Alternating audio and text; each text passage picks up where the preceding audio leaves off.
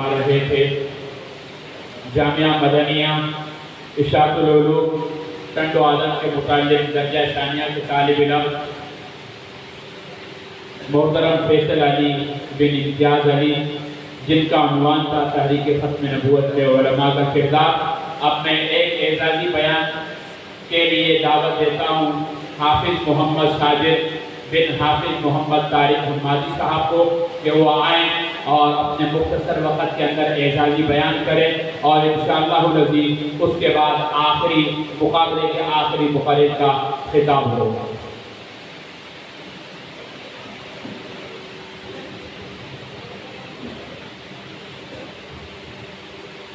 अल्हम्दुलिल्लाहि वहदा वस्सलातु वस्सलामु अला मन ला नबिय्य बअदा अल्लाहु वल्लतु अला अल-लईन क़दीर तंज़ीर दज्जाल कज़्ज़ाब मिर्ज़ा गुलाम कादियानी व अतबाई व अंसारी व आवानी भी यमीना हाज़ा इला यौमिद्दीन।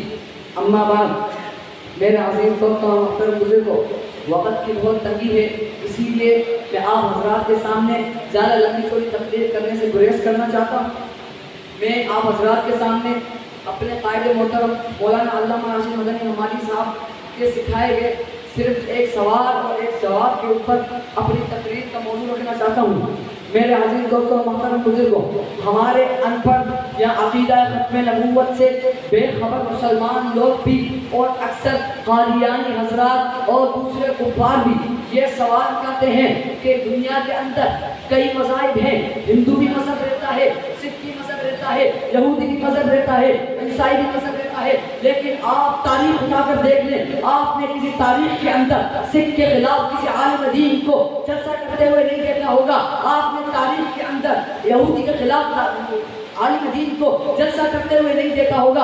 आपने तारीख़ के अंदर किसी हिंदू के खिलाफ किसी आलिम दीन को जलसा करते हुए नहीं देखा होगा, तकरीर करते हुए नहीं देखा होगा, जेल में जाते हुए नहीं देखा होगा, हथकड़ी पहनते हुए नहीं देखा होगा, तहरीक चलाते हुए नहीं देखा होगा।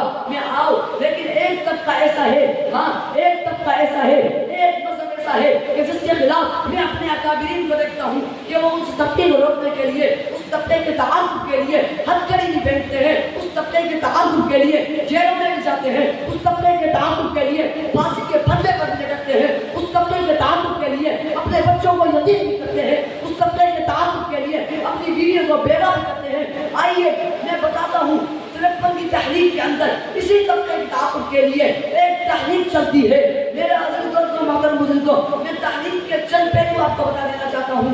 मेरे अज़ीज़ दोस्तों मोहतरम बुज़ुर्गों, 53 के अंदर एक तहरीक चलती है तहफ़्फ़ुज़ ख़त्म नबूवत के लिए और इसी तबके के तआक़ुब के लिए। मेरे अज़ीज़ दोस्तों मोहतरम बुज़ुर्गों, एक बारात जाती है, बारात के अंदर एक बारात जाती है, दूल्हा तैयार है, अभी दुल्हन को लेने के लिए दूल्हा साहब जाने वाले हैं, लेकिन वहीं पर माल रोड करीब में है। दूल्हे की वालिदा को जो है गोलियों की आवाज़ आती है। दूल्हे की वालिदा किसी बंदे से पूछती है कि ये गोलियों की आवाज़ किसकी है।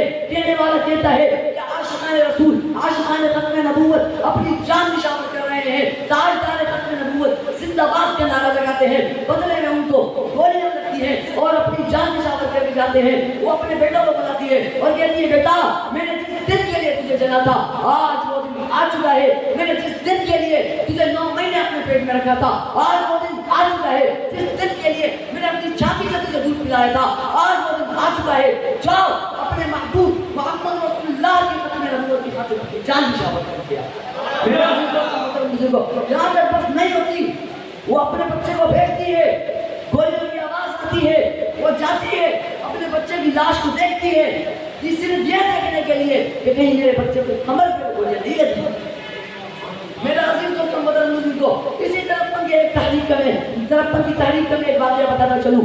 एक दादा, यही तहरीक का दौरानिया है, एक दादा अपने पोते को ये समझाते हुए नजर आते हैं कि बेटा वो देख आशिक़ान रसूल अपनी जानों का नजराना पेश कर रहे हैं। मोहम्मद रसूलुल्लाह के लिए अपनी जानों का नजराना पेश कर रहे हैं। ताजदार ख़त्म नबूवत का नारा बुलंद करते हैं और जिंदाबाद कहने की सूरत में उनको गोली लगती है।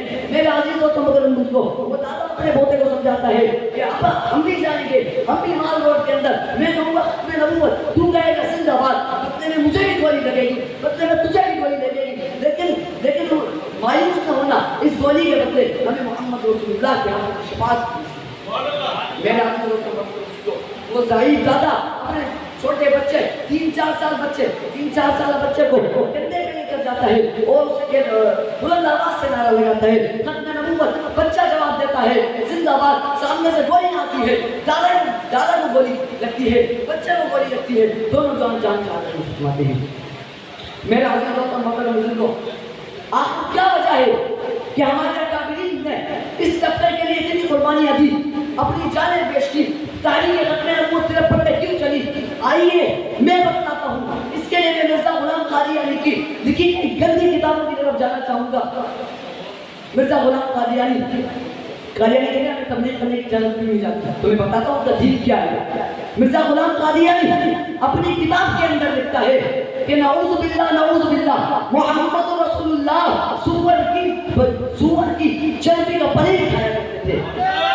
اور زور سے محمد رسول اللہ نعوذ باللہ سور کی چربی سے بنا ہوا پنیر کھایا کرتے تھے. یہاں تک بس نہیں ہوتی, صحابہ شیعہ سنی کی باتوں میں لڑنے والوں, آج سنو یہ مرزا غلام قادیانی صرف اس بات پہ بس نہیں کرتا. حضرت ابو بکر صدیق اور حضرت عمر رضی اللہ تعالیٰ عنہ کی شان میں کہتا ہے کہ نعوذ باللہ عمر اور ابو بکر تو میرے جوتے کا تسمہ کھولنے کے برابر بھی نہیں. لعنت بھیجو, اور سے لعنت بھیجو. میرے عزیز دوستوں محترم بزرگوں, حسنین کریمہ, چھوٹی بڑی بات پیش کروں. حسنین کریمہ ان کے لیے کہتا ہے کہ تم کیا حسین کی رت لگا کے بیٹھے ہو, تم کیا کربلا لگا کے بیٹھے ہو. سو حسین میں اپنی جیب میں لے کے ڈھونڈتا ہوں اور کربلا میری سیر کا ہے. میرے عزیز دوستوں محترم بزرگوں, آپ مجھے بتائیے کیا ان عقائد کے ساتھ قادیانیوں کو پاکستان کے اندر تبلیغ کرنے کی اجازت دی جا سکتی ہے؟ بولو ہاتھ کھڑے کر کے جو میری بات سے متفق ہیں, بتائیے کیا ان عقائد کے ساتھ قادیانیوں کو تبلیغ کرنے کی اجازت دیں؟ آپ ساتھ دیں گے؟ جب علماء نے کال کی, طلباء کی ضرورت پڑی, ریلی جلسے تقریری مقابلے کی صورت میں آپ ہمارا ساتھ دیں گے؟ کون ساتھ دے گا؟ یہ تقریری مقابلہ ایک بہانہ تھا, اصل مقصد طلباء کے دل میں ختم نبوت کی عظمت بیان تھا. وہ معلوم ہے